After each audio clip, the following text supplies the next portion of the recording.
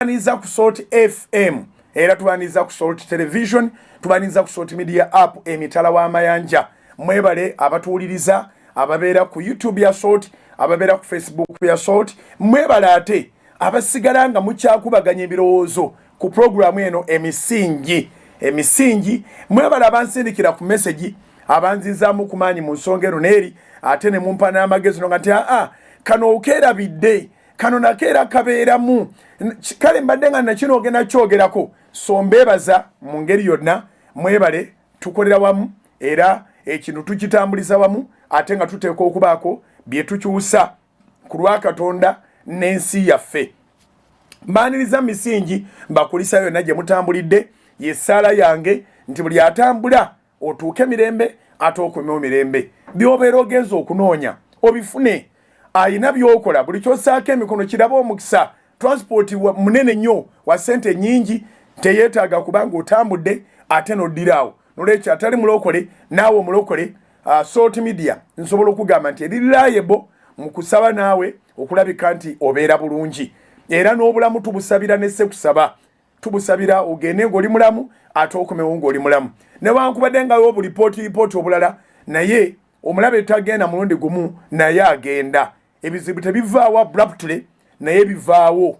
Era tukkiriza nga Uganda Katonda atandise okugisiba amaanyi ge n'omukisa gwe. Abali emitala w'amayanja tubasabira Katonda abakuume, abali mawange yagalimu okufanga kungi Katonda mu okusooka abatupreservingire mubeere balamu mulabe ekisa kya Katonda.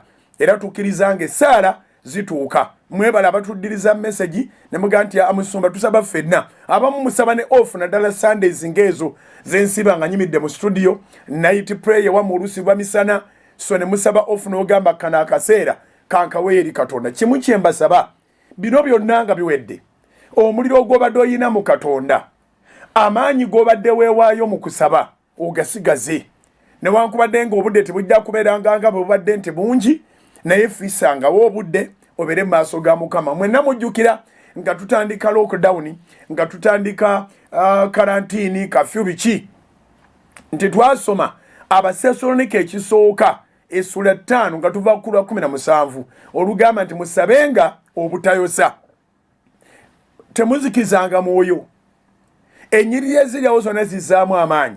Nolwekyo twebaza Katonda. Tukomyewo ne programu yaffe emisingi eva mu kitabo kya Zabbuli 11 olunyiriri lwakusatu. Programu emisingi eva mu Zabbuli 11 olunyiriri olwokusatu egamba nti obanga emisingi girizikirizibwa kiki omutuukirivu kyayinza okukola.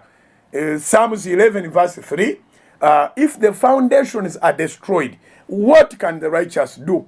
Mu buli mulembe mubaamu ebisoomooza naye era mubaamu abasajja n'abakazi Mukama baabayimusizza okweŋŋanga ebisoomoozo ebyo ate ne babiteeka wansi abaddawo ne batoba n'ebyabwe naye ng'ebyaliwo mu mulembe gw'abakadde baabikolako. Kati ffe tulabika nti tugezaako okukkakkanya embeera. Ayina amatu awulire. Bwe twafundikiridde olunaku lwajjo twafundikidde nga tugamba nti abantu embeera ebaanise, embeera ya lockdown, embeera ya karantini, embeera gye tuyiseemu, it has exposed fake people. Ne tubuuza challenge gye twalese nti oli fake oba oli genuine. Are you a frenemy or you are a friend? Tolinayo ka attachment kalala ka enmity, tolinayo ka envy, tolinayo kantu kalala kako akakusumbuwa, tolinamu ka intrigue muli. Njagala kutumirako mukadde wange omwami n'omukyala bannannyini White Angels zonna ey'ebulenga ey'emasajja ndooza nyingi nnyo. Wampeereza ka message taata n'oŋŋamba nti oli genuine. I know bwe mba njogera mu programu eno oba omanyi oba tomanyi challenge ebeera emu yokka nti weekebere. Nange ekibuuzo kye mba mbalekeddeeyo nange eno mba nkyesigaliza. Nolwekyo mami ne daddy Ssentongo mmwe mbakooneramu era nebaza Katonda. Emyaka gibadde mingi, myaka girimu 2 n'okusoba. So waliwo abantu benkakasa nti omukwano gwammwe gyendi gwego kubanga abamu mwanjagala nga siina kantu konna. Omuntu ono akwagala nga tolina kantu oyo aba akwagala. Omuntu ono ajja ng'otandise okwambuka. Twagambye nti abantu bajja ne basooka beefuula abakugondezza mu bulamu ne bakuggyako emirimu gy'obadde okola, gy'obadde osobola okubanga naawe ogikola, osobola okubanga obwongo bukola ne bode ng'efuna exercise, ebintu ebihereza eri obulamu. Kyobalaba abantu abasinga obungi bw'atuuka ku retirement age ye, bw'alitayalinga, bw'aba talina bye yategeka kutandika kukola, mugenda okuddamu okumuwulira ng'ali mu malwaliro agatali gamu, stroke yamukubye, yalwadde, pressure zitandikira awo, sukaali bw'abanga kati bw'onywa asigala muli ataalagawa, n'atandika okonsentratinga, abantu ne bafuna endwadde ezitali zimu. N'olwekyo obulamu toteekwa kukkiriza muntu abukuwanga bwangu.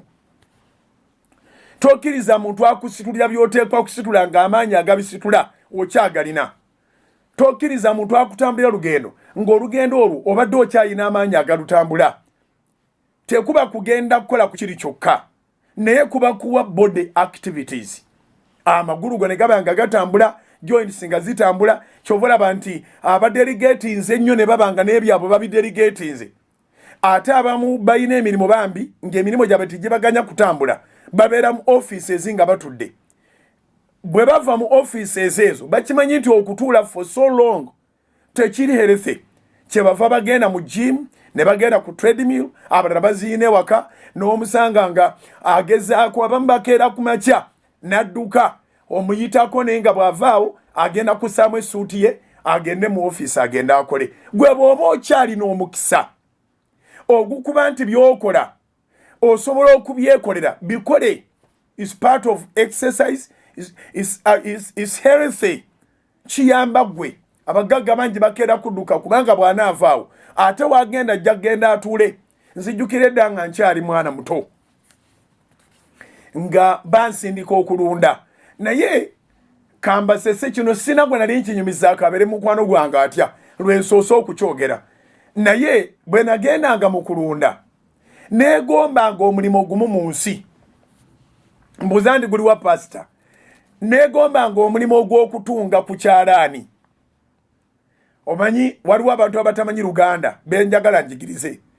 Tosobola kutunga kyalaani, osobola kutungisa kyalaani, osobola kutunga ku kyalaani, naye tosobola kutunga kyalaani. So agamba nti neegombanga kutunga kyalaani, gwe omulimu ogwo gwali teguliyo. Naye agamba nali neegomba kutungisa kyalaani, kutunga ku kyalaani, omulimu ogwo gwali gye guli. Nga nnyumirwa nnyo engeri abatunzi b'ekyalaani biva ku bino eby'omu Kampala eby'amasannyalaze n'eyo gye muli ebweru. Biri ebyaffe ng'ebigere biba bikola bukozi biti. Ekigere ekimu kibeera eno, kino ne kidda eno, kino kiba kirinye eno nga kiri kibalansinga eri. So nga olaba engeri gy'atambuzaamu olugoye ng'ebigere bigira biti.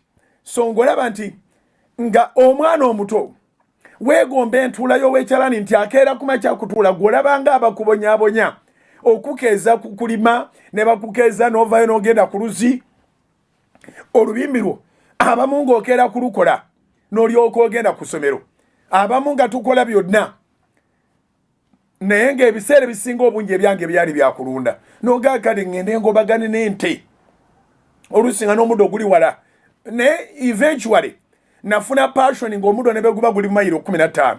Mba njagenderanga bwe mba ntambula makyazi kati bw'oba otambula omagamaga kulaba poloti, kulaba bizimbe, nze natambulanga kumagamaga kulaba ssubi, kulaba muddo gwa nte guli luddawa. So nga neegomba okutunga ku kyalaani, ow'ekyalaani yo n'ebbanga lyamala nga atudde, omwana omuto yeegomba. Naye ate ow'ekyalaani bw'omubuuza ajja kugamba nti kizibu nnyo. Bwe tumaze okukula lwe tutegedde nti okutuula, oba kutuula mu nnyonyi oba kutuula mu mmotoka, byonna ebikwatagana n'okutuula tebirese. Actually Katonda yakolanga obulamu buteekwa okubalansinga. Naye kyenjogerako kiri serious.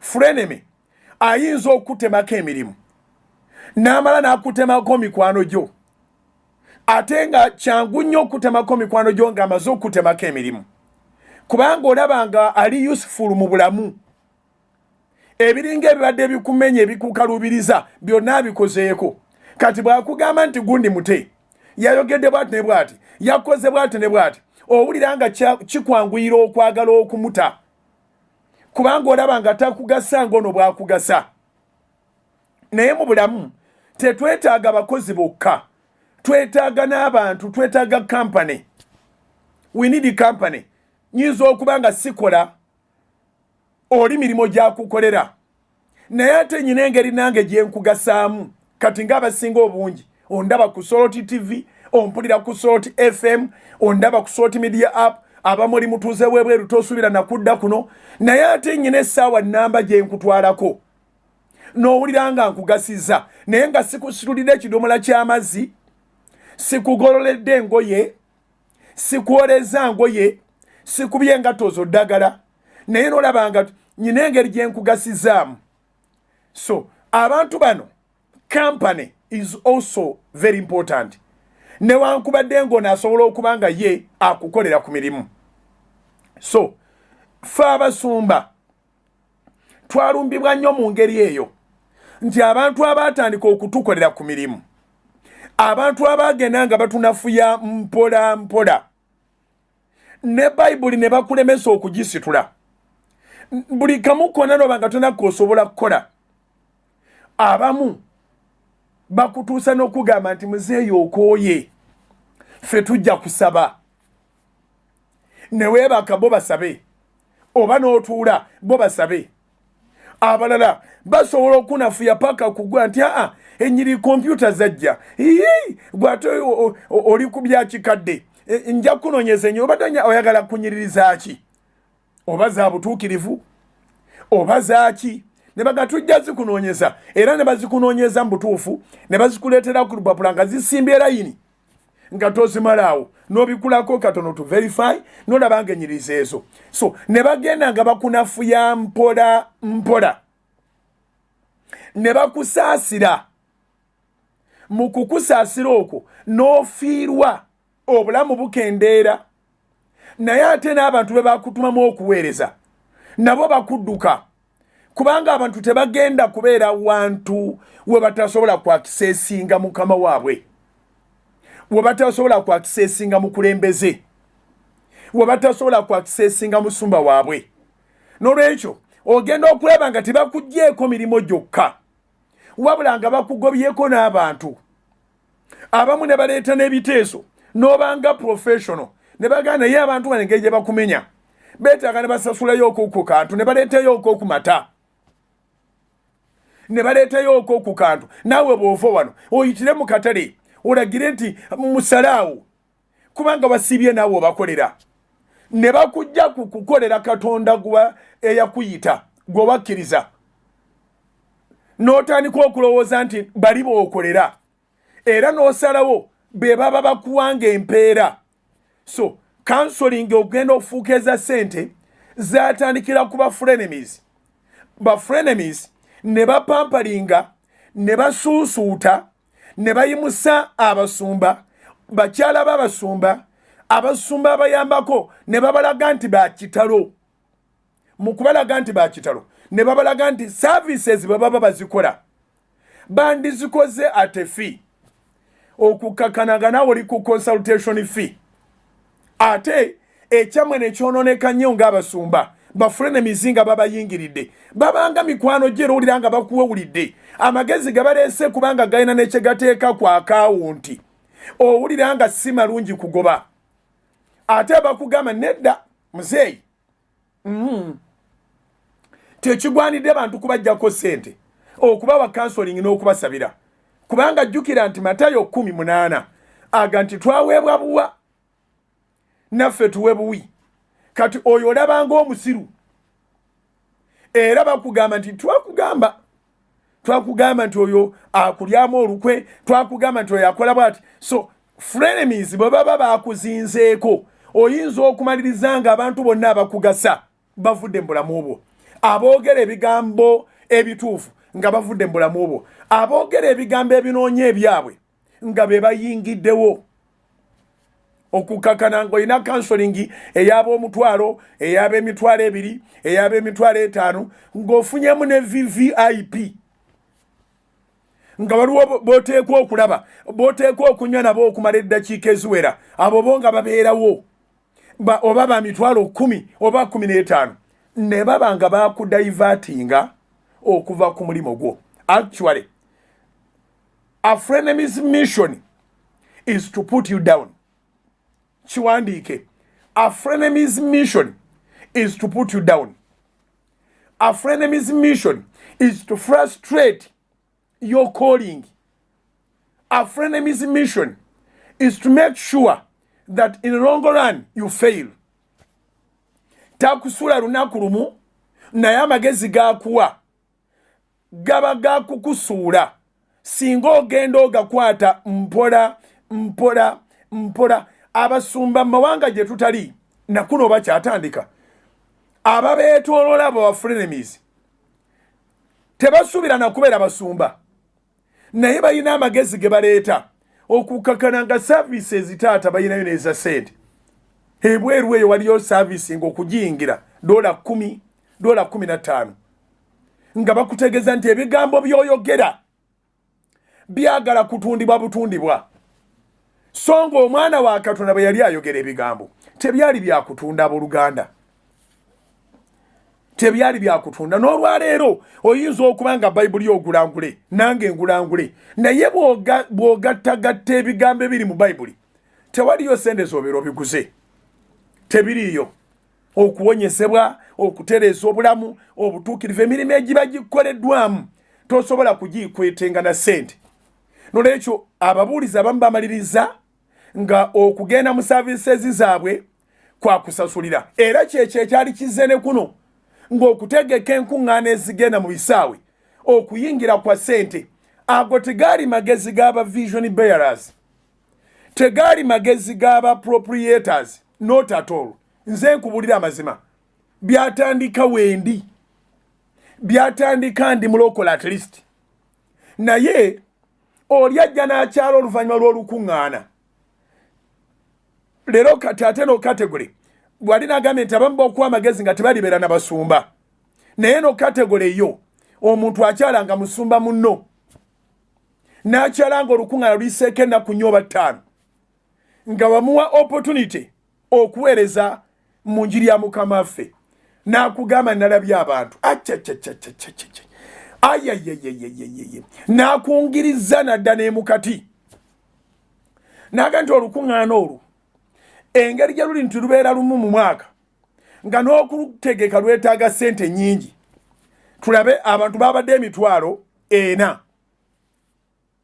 n'akijja mu kukibalira mu mwoyo nti Katonda awangudde okuyita mu buweereza bwo n'akizza mu monitale n'aga nti abantu emitwalo 4 ku 15,000 kati nawe mbaliramu abantu emitwalo 4 ku 15,000 abantu omutwalo gumu abantu kambale nga nva gye ntandikira gye mbitegerera abantu 10 mitwalo 5 abantu 10 mitwalo 5 abantu 1,000 milioni 5 abantu omutwalo gumu milioni 5 si kyekyo kakati abantu emitwalo 4 ku 15,000 oli n'akubalira nti obukadde 2 olw'okuba amagezi gano ge baleese Frenemy galeese galimu monetary issues owulira nga sige mangu g'okugoba mangu ago amagoba ne gava mu ku myoyo egikuŋŋaana ne gadda mu byenfuna by'osobola okufuna. Abamu nawulira ddala nga boogera nga bagundi abo ba frenemies bamaze obawa amagezi nti kyetaagisa n'okuteekawo ne begiba mitwalo 2 tukendeeze ku mujjuzo.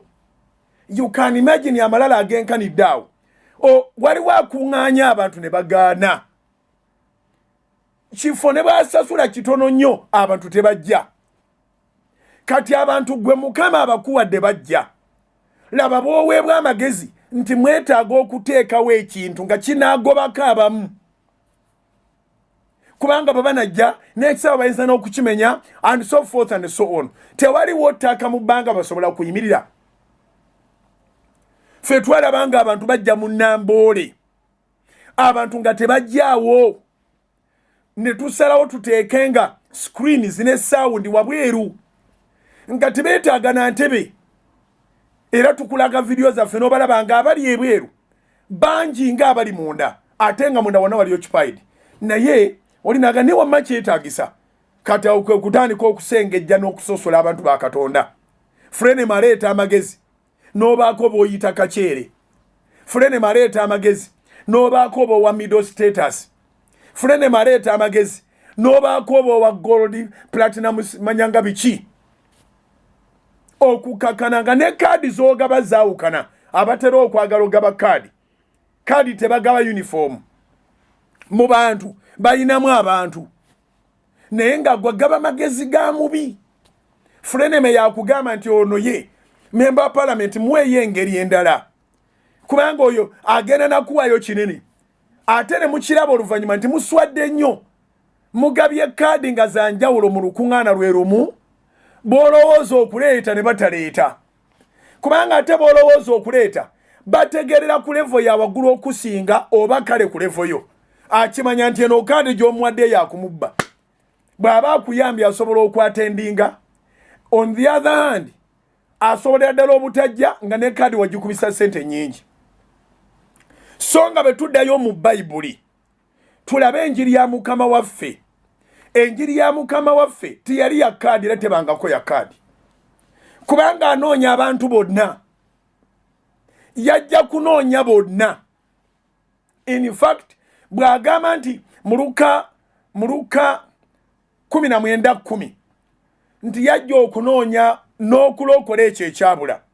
Luka 19:10 bw'ayogera bw'atyo aba ategeeza kino kyokka nti abantu bonna beetaaga watali limiti.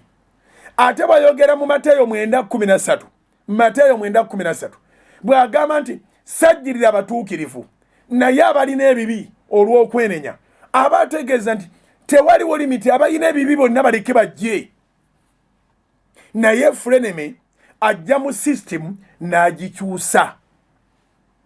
Njagala kwogerako naawe nga ngenda mu kumaliriza ekitundu kino ate tugendeko mu kuwumulamu tukomewo n'ekitundu ekiddako. Okyali oli eyatandika oba olwe yakukyusa n'akujja ku mulamwa nga naawe owulira waseeseetuka naye ate nga kino kyokola kikufunira naye nga ate tekifunira Katonda. Kikufunira naye nga tekikosa abantu abalala. Naye olw'okuba kikosa abantu abalala nga gwekifunamu abakosebwa si ensonga mu bulamu obwo. Olina okuddamu n'olowooza original plan yali etya. Batukyusiriza plan mu buweereza obw'enjiri, bakyusiza plan nga bajja ku stage ya boda ng'olina kikuleesa okukola, olina n'ennaku yo ekuleese ne bakukyusiza plan. Bakukyusiriza plan nga bajja mu company ng'ozze kukola gw'omu ku baloyozi abaalimu mu company naye ba frenemies bakukyusiza plan kati naawe oli bubeezi mu company. Okyali ku original oba plan yo yakyukamu ng'olowooza nti ge magezi ddala oba frenemy yakudivertinga. Katugendeko mu break ate tukomewo. Tova ku Salt TV, tova ku Salt FM. Sigalaawo. Soul Television, Femunyo.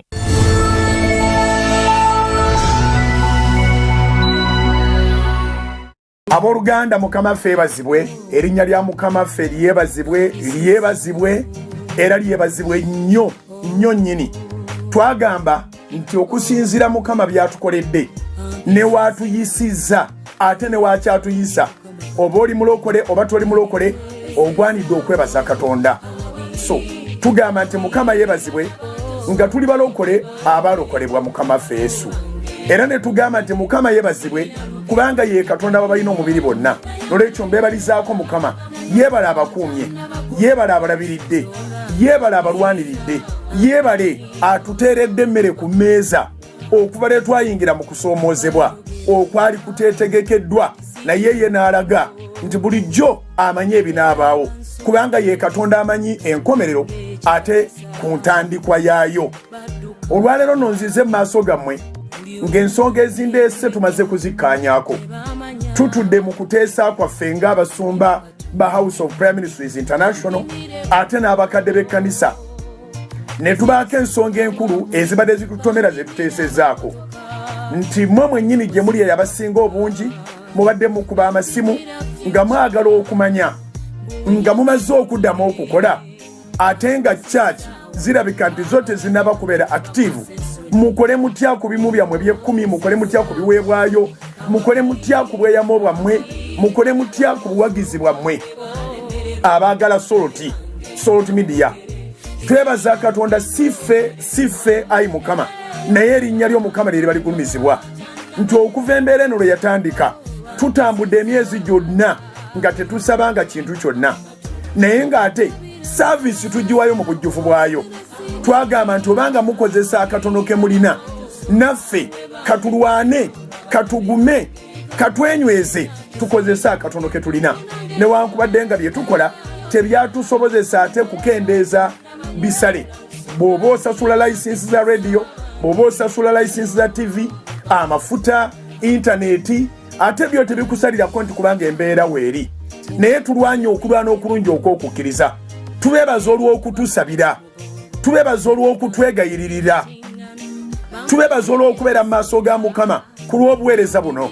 Naffe bwe tuweereza tuba naye tuyimira ne tugamba naye Mukama si ffe, ne waliwo abantu ddala abayimiridde tusobole okutambuza obuweereza buno.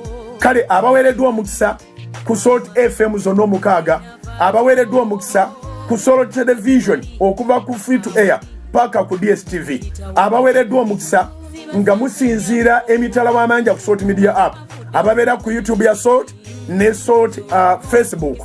Twebaliza wamu Mukama olw'okubanga muweereddwa omukisa. Mukama emabegako awo yampa ekigambo ky'okusabira abantu ababanja, abalina bye batunda nga byalemerawo, ababadde balina bye bakola nga tebitambula, nti kolayo obweyamu Katonda bw'abanga akikozeeko omugambe Mukama nange mu Salt nfuniramu omukisa. Nja genda ku Salt nkole contribution. Tumaliriza meeting ne tukola conclusion bweti.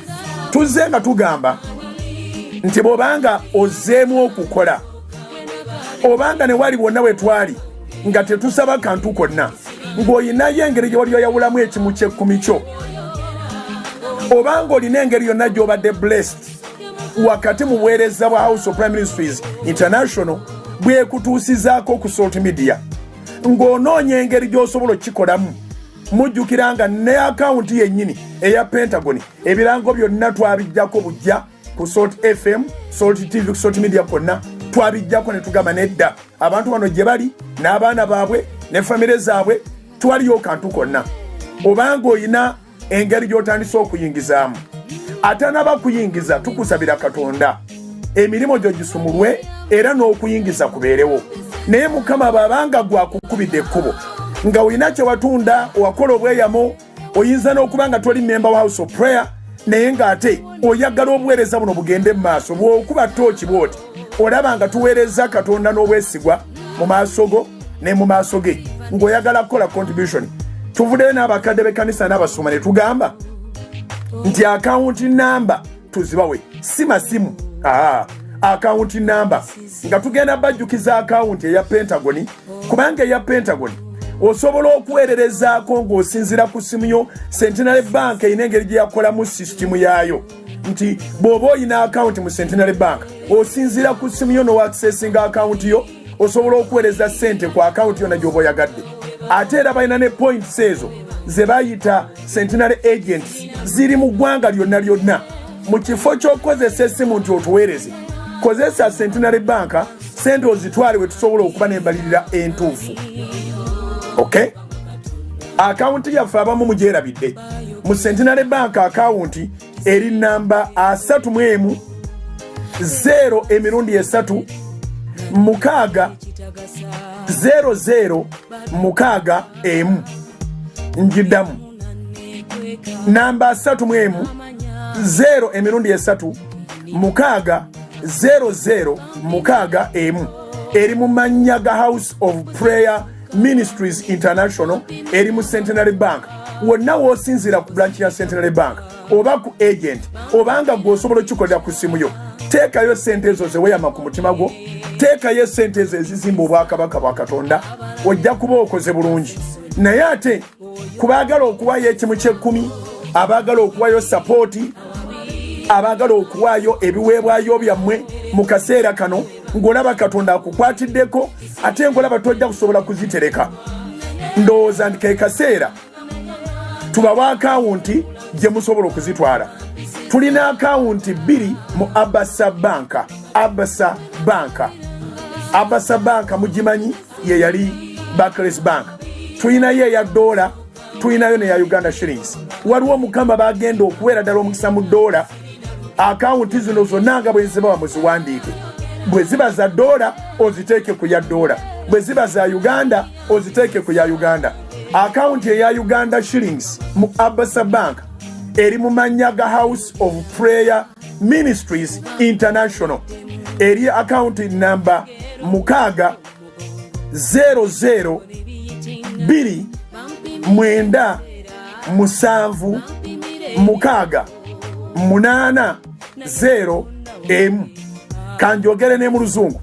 Our account number in Abasa Bank, it is in the names of House of Prayer Ministries International for purposes of tithing, supporting, or giving any offering. You can use account number 6002976 Account number 6002976 Uganda shillings account.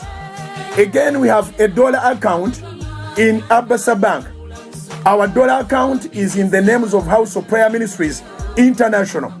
The account number is 6004793 I repeat, our account number in USDs is 6004793 410. Eya $, yeyo ate eya shillings eri 600 297 680 Akawunti ez'esatu nga bw'oziraba ku TV oba nga bw'oziwulira ku radio, ebbiri ziri mu Abasa Bank, emu eri mu Centenary Bank. Yeeriya yaffe ffenna twagikwata mu mutwe 31 0 3 6 00 akawunti ya Pentagon. Osobola ogikozesa ku bugazi bw'eggwanga lino ng'owaayo kyonna kyoyagala okuwaayo. Mbasabira omukisa Katonda wa Ibulayimu ne Isaaka ne Yakobo mu linnya lisinga amannya gonna erya Mukama waffe Yesu.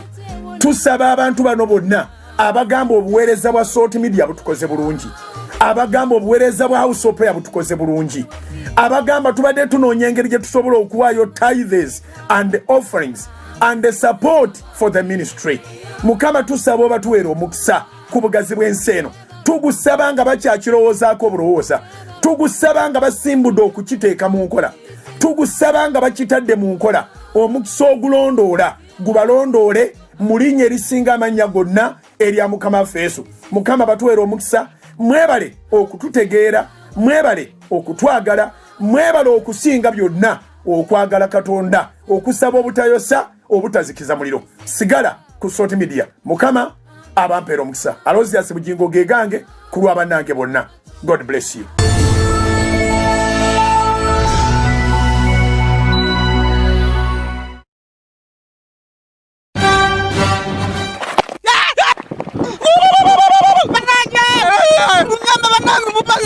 Halo? Polisi? Enze kayibanda banange muje munyame ngude mubatemu. Bante mudati banekede kantu. Ayo data we. Bakutemudewa. Ibyo muwendo byange byona babituti sawa yiri ngaruke beranze ntite kuyikwata ko bayinda ko ngabaresemu bo. Kayibanda sente nga mwezi. Sente zona bali zitute ne bandekera Mukama nayamba. Buno kubuza polisi kwa nyini kati ntwala mukwe. Kayibanda atakoze. Abuza polisi. Mubabye byokubene baleka sente. Tekisoboka. Ibanda katuni biliza Mukama nayamba. Mukama n'ayamba bwe bulamu bwange. Ali wali atundira wali. Yafanye mugende mukwate omusajja wali. Mukama n'ayamba drink alimu ekyama ate nga yatongozebwa ba UNBS. Soul Television Femunyo. Kulisaayo mu bulango obwo nabo butabadde bungi. Mukama yebazibwe. Message ojuwulidde. Message eyo gy'owulidde nkulu nnyo. Lyekubo lye twagala okukwata ate okutuuka embeera lwerikyuka. Naye mwebala okubanga mututegeera, mwebala okutwagala, mwebala okubeera ku Soloti, mwebala okugibunyisa. Nkukakasa nti bw'oteeka ssente z'omu Soloti Media, bw'oteeka ssente z'omu buweereza bwa House of Prayer Ministries International, oba ozitadde ku ttaka ggimu, abantu bano be tutuukako obeetaaga nawe batuukako, naye tutume tujja kukikola bulungi. Today waliwe tubadde tugambye nti okyali ku original idea, okyali ku original concept mu buweereza kye watandika oliko kyokyaliko oba wagwa mu mikono gy'aba frenemies ne bakyusa. Bangi abagamba nti okumusuula tulina kumwegattako, bangi abagamba nti okumusuula tulina kumuwaana, tulina kumusuusuuta, bangi abagamba nti okumusuula tulina kusooka mukolako mukwano. Omukwano ogwo bwe gunaaba gumaze okukwata akati, awo tunaakyusa mpola mpola. Ekyo kiri buli wantu, kiri buli wantu. Eri akuyingirira mu nnyumba n'akukolako omukwano ng'anoonya kutwala balo.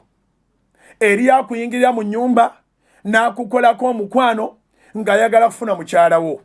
Eri akuyingirira mu nnyumba n'akukolako omukwano ng'ennyumba yo yamuluma dda, ng'anoonya kufuna ngeri gyetwalibwamu mu bbanka. Asooka n'amala okukola koosi esooka n'abeera mukwano gwo.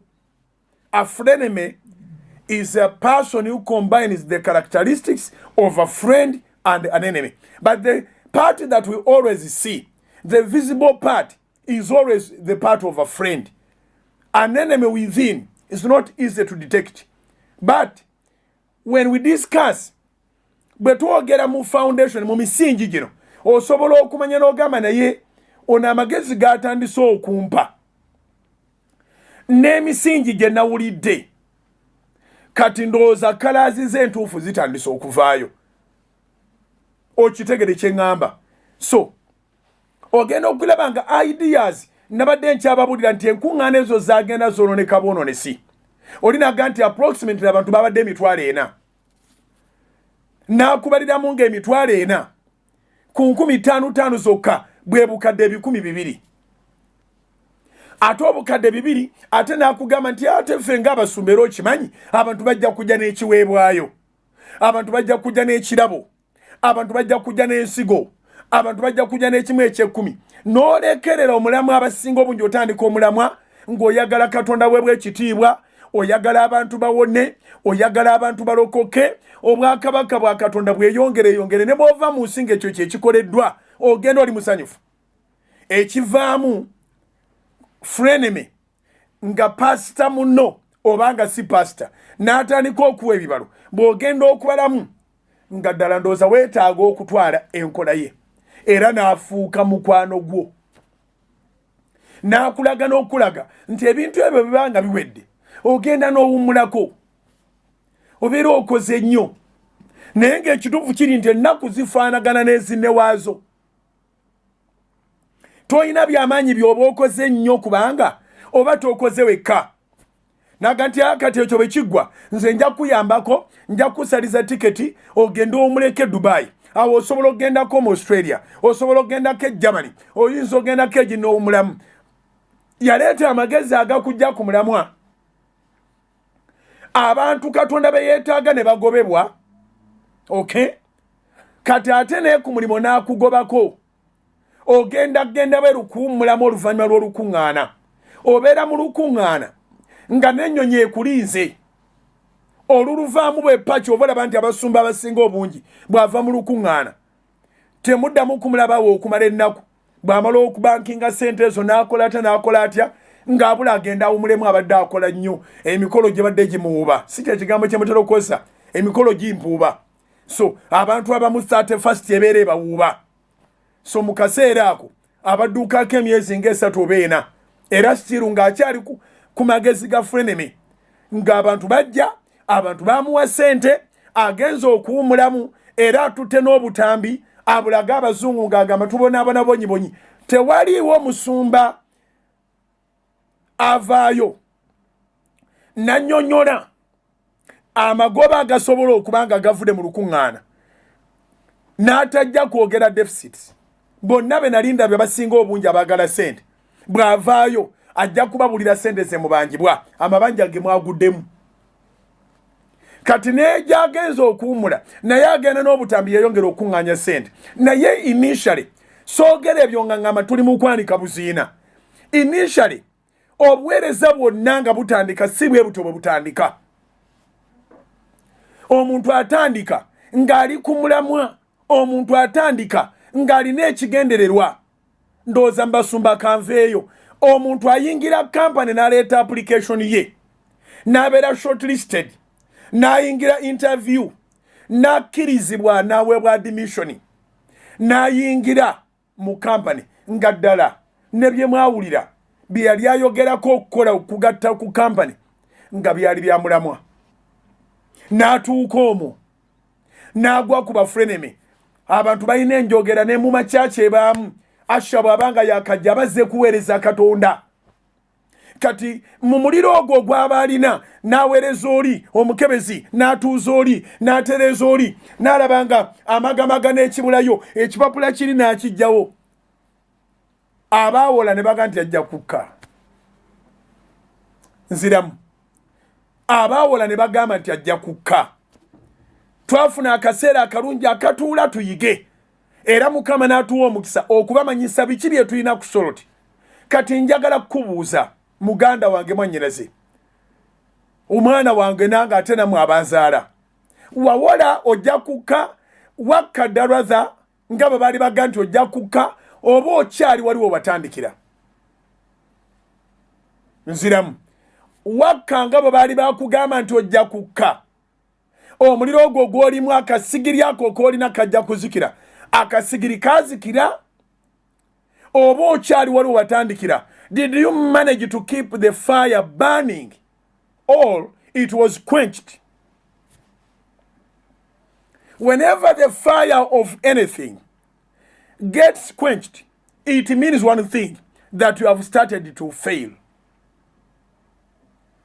performance ebeerawo olw'omuliro oguli munda mu ggwe gwe batera okwogerako mu makampuni gwe batera okwogerako mu bifo ebitali bimu nti bakuleke ojja kukka yesu kyava agamba mu kitabo kya matayo essula ya 10 njagala nnyo tuddemu tuddiŋŋana awantu awo agamba matayo essula ya 10 olunyiriri olw'16 n'olw'17 agamba nti laba nze mbatuma ng'endiga wakati mu misege kale mubanga n'amagezi ng'emisota era mubanga ng'amayiba obutaba na bukuusa naye mwekuumanga abantu kubanga bali bawayo mu nkiiko ne mu makuŋŋaaniro gaabwe bali bakubiramu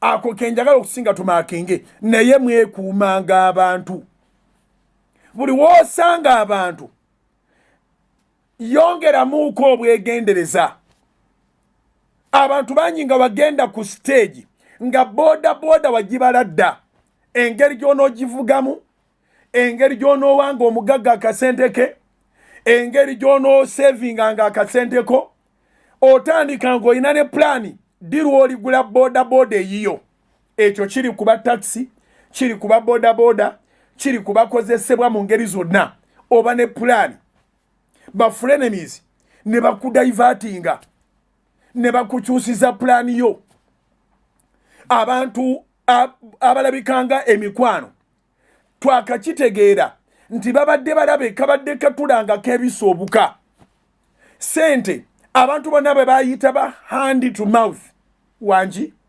abantu bonna be bayita ba hand to mouth tibandibadde bwe batyo ze baleka ziwandagala emabega balyoke babeeko ziri ze bagandi zaakolawo zaalya ziba nnyingi eziwandagadde naye ng'eziwandagadde tezandiwandagadde wabula oyina emikwano nga balabe eitha bakuyigiriza kwambala bakuyigiriza kwejalabya bakuyigiriza butava mu saluuni bakuyigiriza mwenge bakuyigiriza betingi bakuyigiriza obwenzi bw'oba pasita bakuyigiriza okwagala sente okusinga bw'oyagala Katonda ate bw'oyagala sente okusinga bw'oyagala Katonda ng'abantu ate abandikuwadde sente bakendeera naye obeera tokyafaayo. Nfunye statement endala Fuleneme ekyasinga okukukolera mu bulamu bwo kubanga tokyafaayo. You cease to care. Ofuuka I don't care person. Ofuuka I don't care. Newankubadde ng'ekintu ky'oyingiddemu kirabika nti si kirungi mundaayo obeeramu n'ekirowoozo ekigamba nti sifaayo naye ng'oteekeddwa okufaayo kubanga bw'otaafeeyo ku bulamu bwo bubo abantu bonna abaagwa mu mikono gy'abafurenemies ne babakyakaza ne babaliisa ensi n'eggulu ku nsi bw'oba okaddiye obeerayo bwogu bw'omu ekibuga bwe kiba kikulema nga bwe wajja era bw'otyo bw'okwata obuntu bwo n'olinnya emmotoka n'olaba erikuze wammwe oba n'oyonooneka n'obeera eyo mu nsokolo ng'oli mu kibuga naye nga tokyali mu kibuga naye ng'abaakuleetera okuba nti ebirowoozo byo byonooneka bali eri bali ku lwabwe bali eri waliwo abantu abalina ekifuta ky'okwonoona abalala ekifuta ky'okwonoona abalala wajja ng'omanyidde ddala nti nzize kufumba wajja nga senga akubuuliridde wajja nga ne taata wadde musajja naye ng'akubuuliridde wajja ng'otuta examples za maama ng'akubuuliridde n'ojja nga mu butuufu ogenda kukola amaka ageeyagaza ebirowoozo byo byonna kati byakyuka abooluganda olwaleero kye tuba tuyiga mu misingi oba wiiki eno a dangerous person can never leave you the same. Tuli mu program emisingi big topic bagiyita dangerous character, dangerous person, dangerous people. Wansi wa dangerousness eyo gye twajja akawayira akatonotono ke tuyita frenemy. Muntu ono akulemerako ng'alinga mukwano gwo naye nga mulabewo asobolera ddala okukakasa nti omuwala oyo mulwadde n'asalawo ogende wadde olifa myaka 10 naye n'asalawo oyingire omuwala oyo asobolera ddala okukakasa nti oyo omusajja mulwadde n'akola kyonna ekisoboka misana na kiro ng'alinga akwagaliza n'akubulira ebirungi byonna ebiri ku musajja oyo naye nga yaliyo naye mu kuziika mukazi w'omusajja oyo wadde talina kyuma naye ng'alina obukakafu nti omusajja oyo mulwadde n'akola kyonna ekisoboka n'akusiba omusajja oyo. Frenemy akubeera kumpi, frenemy abanga mukwano gwo, frenemy ayavuwaza weewaawo naye yennyini olwayavuwala kubanga ebiseera byamala ng'afuba okulabika nti akuttira mu mukwano akutta naye wakati mu mukwano ebiseera byamala ebyo naye adda buzimabega. Ate gwe Katonda bw'akuyambanga bw'atuyambye n'owuliriza programu ey'emisingi bw'omwesimatula ogenda wala. Katonda akusasula n'ebbanga lye wali osibiddwa. Katonda kyava akozesa Salt Media as his mouthpiece. Nti bw'ayogerera wano n'obaako ky'otoola osobola okujjukira wekka kubanga nze simanyi wonna naye Katonda amanyi wonna kyava ayogera n'abantu bonna osobola okujjukira n'ogamba naye wano ku stage football towendi kati mmazeewo emyaka 3 najja nga ndi waakumalawo emyaka 2 mbe nga nkoze ABCD naye okubala nakwatagana n'egundi kaakati bye najja okukola byonna nabivaako bakujjako byoza okukola ne bakuwaamu ebyabwe. Bakadde bafedda e Masaka kyebavanga bagamba nti mbuulira gw'oyita naye nkubuulire empisa zo. Mbuulira gw'oyita naye nkubuulire empisa zo. Kubanga gw'oyita naye ya influencing obulamu bwo. Ekigambo kinzijidde wakati misingi. Who influences your life? Do you trust him? Is he a real friend? Omuntu yennyini akutwala mu kwenda aba amanyi nti ojja kufunayo olubuto oba obulwadde. Ku myaka gye emito buli kintu kyonna ky'okola ng'okweka kikweke akikuyigiriza frenemy. Yeebazibwe Mukama nti abaana bonna batudde waka. Buli kintu ky'okola nga it cannot be in open. You don't want your mother to know about it. You don't want even your siblings to know about it. You don't want even your father to smell it. Then what you're doing is fishy. And whoever is influencing you is a frenemy. Is not a friend. Is not a friend. So, bw'omala ogwa mu kitimba ye nga celebratinga. Bw'omala ogwa mu kitimba ye nga celebratinga. Eriyo amaka ng'abaana abasooka bagwa mu bitimba by'abafrenemy ne baboonoona. Ate ne batabonerera. Ne basalawo ne bagamba n'abanaddako oba nga kinnemye nabo kibaleme. Otyo nzuddeyo ekigambo ekira mu misingi olunaku olwaleero. Bafrenemy baagala kulemesa kye batasobola. If they cannot do it, you don't have to do it also. A frenemy is a frustrator. What he can't do, he will not give you room to do it also. So, obanga takisobola nawe tojja kukikolayo. So mulimu abaana families gye ziri ng'omuwala yonooneka n'azaalira ku lujja nga yasalawo afuuke frenemy batoobe bonna n'abatanaba kwetuuka. Mpola mpola akukuta n'abapangira bonna basobole ofunira embuto okulujja mbw'aleme kuba nti ye yali ng'eyalemererwa. Weegenderezanga nnyo omuntu bw'abanga akuwa amagezi. Oteekwanga okulaba success y'omuntu akuwa amagezi. Era bw'otunira success ye asobola okuba nga ali successful naye nga azze ggwe okukulemesa nga you are a threat to him. Weetaaga okuba n'amagezi. Mu magezi gonna g'otwala omukazi kati atava ku lusebenju akukutira ku nnyumba ebigambo byakuwa bikwatagana ne biri bye wajja omaliriddemu ng'ozze kufumba. Abamu business muzidevelopingidde awo akukutira ku lusebenju yetandika okuwa amagezi naga nti bw'abanga tayagala kukolera business genda vaawo nzaawo nsiba n'envaawo.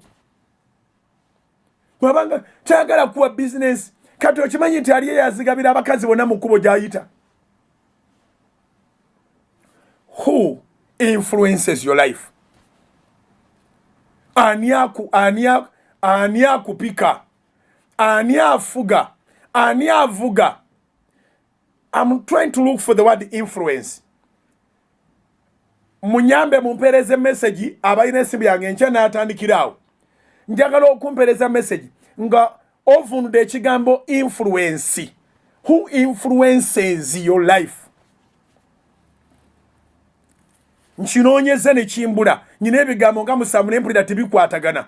Ani alungamya obulamu bwo? Ani addukanya obulamu bwo? Ani afuga obulamu bwo? Ani akyamusa obulamu bwo? Kiganye. Mumpereze ebigambo. Enkya bwe n'atandikira. Naye weegendereze nnyo okyali gwe oba gwe bakutegerera butegerezi. Ekigambo ndabika ekya influencer natero kigwako. Bakutegerera butegerezi guno gwe mulembe ng'abantu balina abagezi baabwe. Frenemy are taking over even your brains. N'abanga ali in control than you. Omuwa buyinza bungi okusinga ne bwe wandibadde nabwo. Noba ng'oli pastor naye ng'obuweereza ababuddukanya balala nnyo. It's a clique of frenemies. Nga naawe okiraba n'ebyo tukola kirabika Katonda kitakyabiriko naye nga tosobola kukirabuukirira. Obanga oli muvubuka ng'olina abakubulira nga ne basisita bo bakubuulirira naye nga toyagala kumanya ng'olinayo omugezi wo. Ennaku zino bagamba gundi yamutegeerera. Oyo nno gwe bagamba nti gundi yamutegeerera. He's called a frenemy. Gwe bagamba gundi yamutegeerera is called a frenemy. So, n'olwekyo njagala okuweerera amagezi nti abantu abali successful mu nsi bawuliriza ebintu bingi, bajjirwa abantu bangi ababakolako emikwano naye tebasalendalinga kwerowooleza. Ab'amawulire bandibulya. Soul Television, Femunyo, The Lord's Prayer. Matthew chapter 6, verse 9 to 13. In this manner, therefore, pray. Our Father in heaven, hallowed be your name. Your kingdom come. Your will be done on earth as it is in heaven. Give us this day our daily bread. And forgive our sins as we forgive those who sin against us. And do not lead us into temptation, but deliver us from the evil one. For yours is the kingdom, and the power, and the glory, forever. Amen.